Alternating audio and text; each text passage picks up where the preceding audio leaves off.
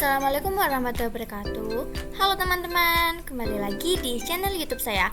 Nah, pada kesempatan kali ini kita sudah memasuki bab 3 nih, yaitu pengenalan dan basic Cisco.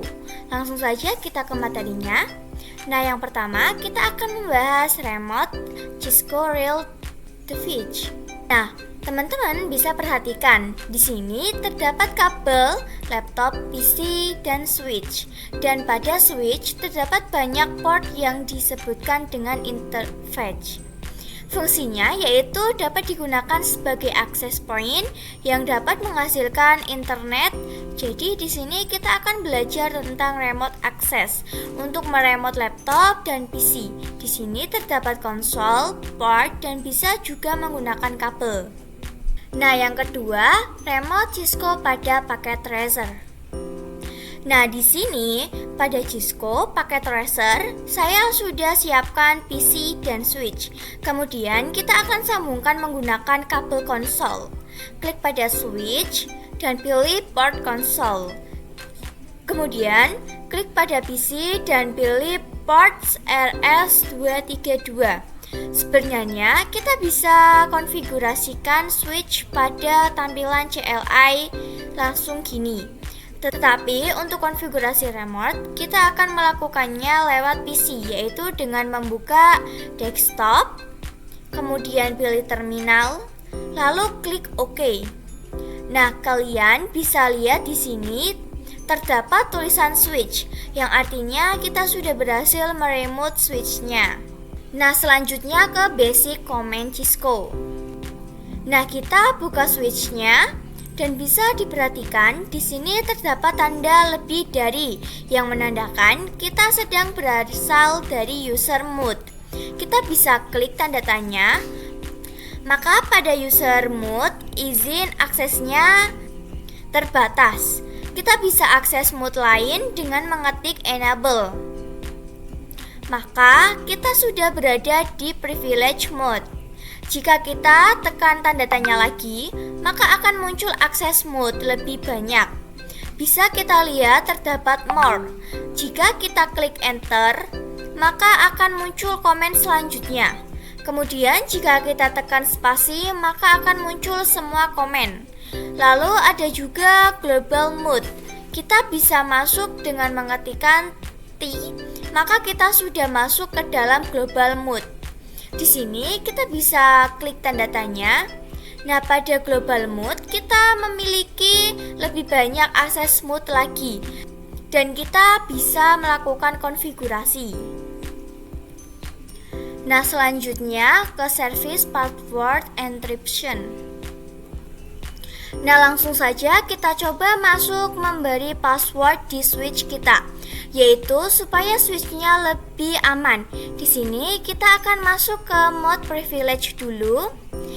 Nah, kemudian kita akan masuk ke global mode. Conf T. Untuk membuat password kita bisa ketikkan enable password.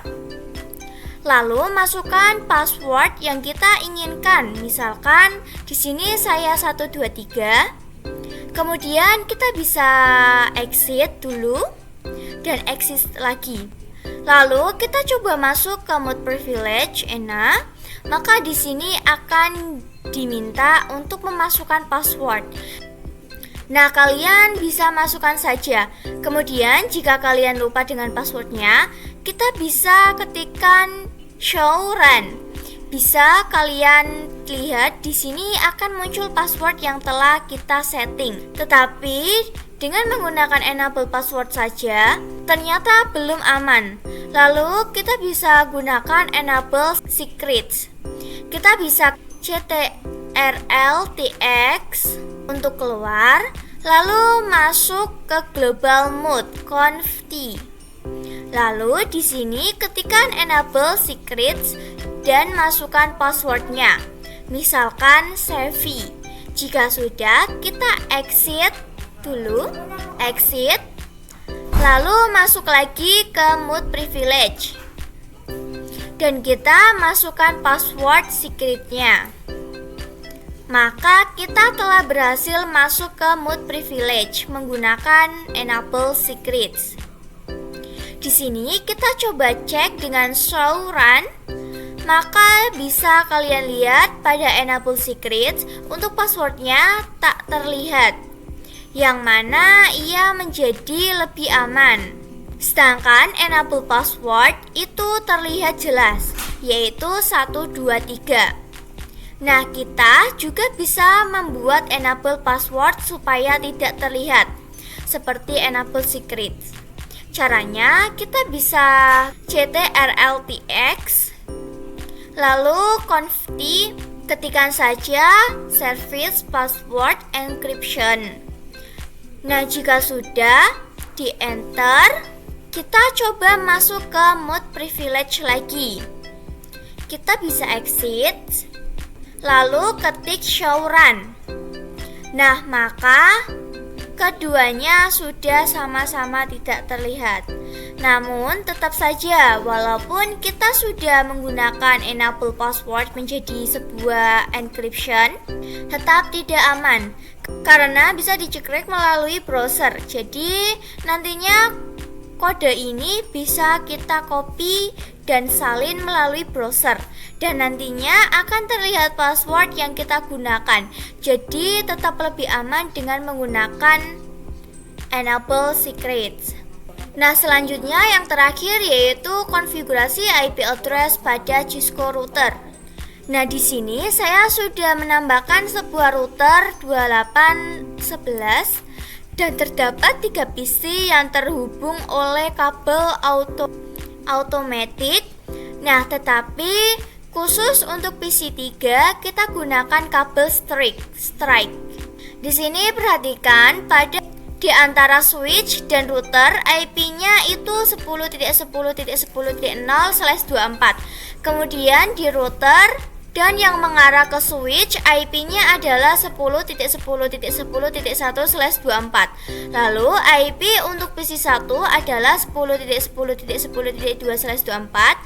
Ini 10.10.10.3/24.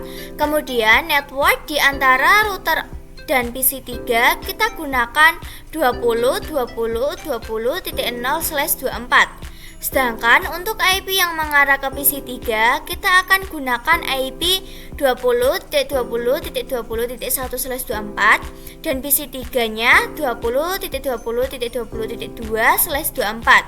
Nah, jika sudah, bisa konfigurasikan secara CLI di router dulu.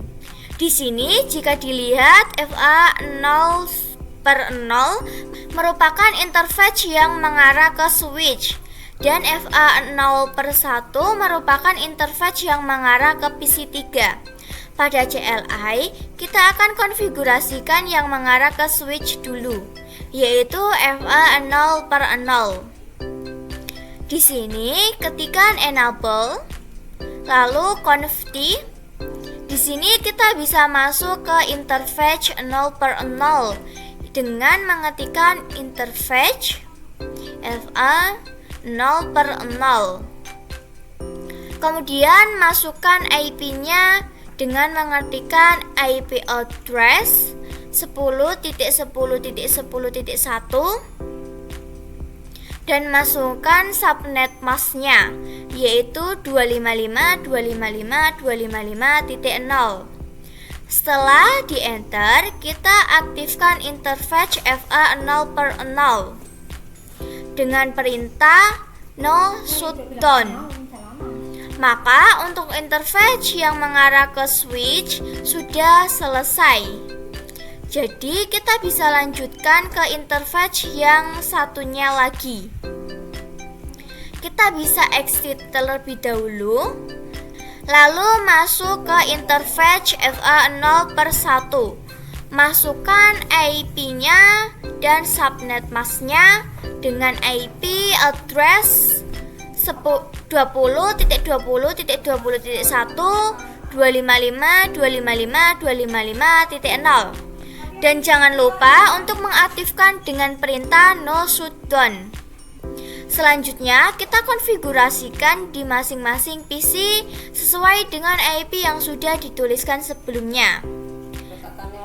Nah, setelah mengisi IP Jangan lupa tambahkan gateway pada kolom default gateway-nya.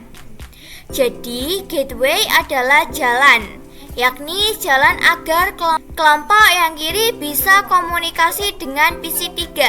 Karena jalannya melalui router, kita bisa gunakan IP yang telah dikonfigurasi sebelumnya.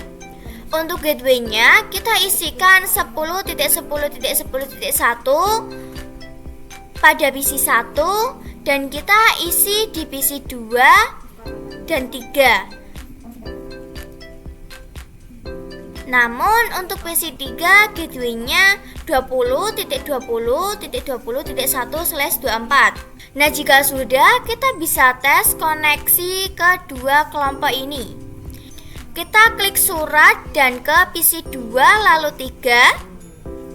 Nah, percobaan pertama di sini akan failed. Jadi, kita bisa melakukan untuk percobaan yang kedua. Maka ia akan berhasil atau successful.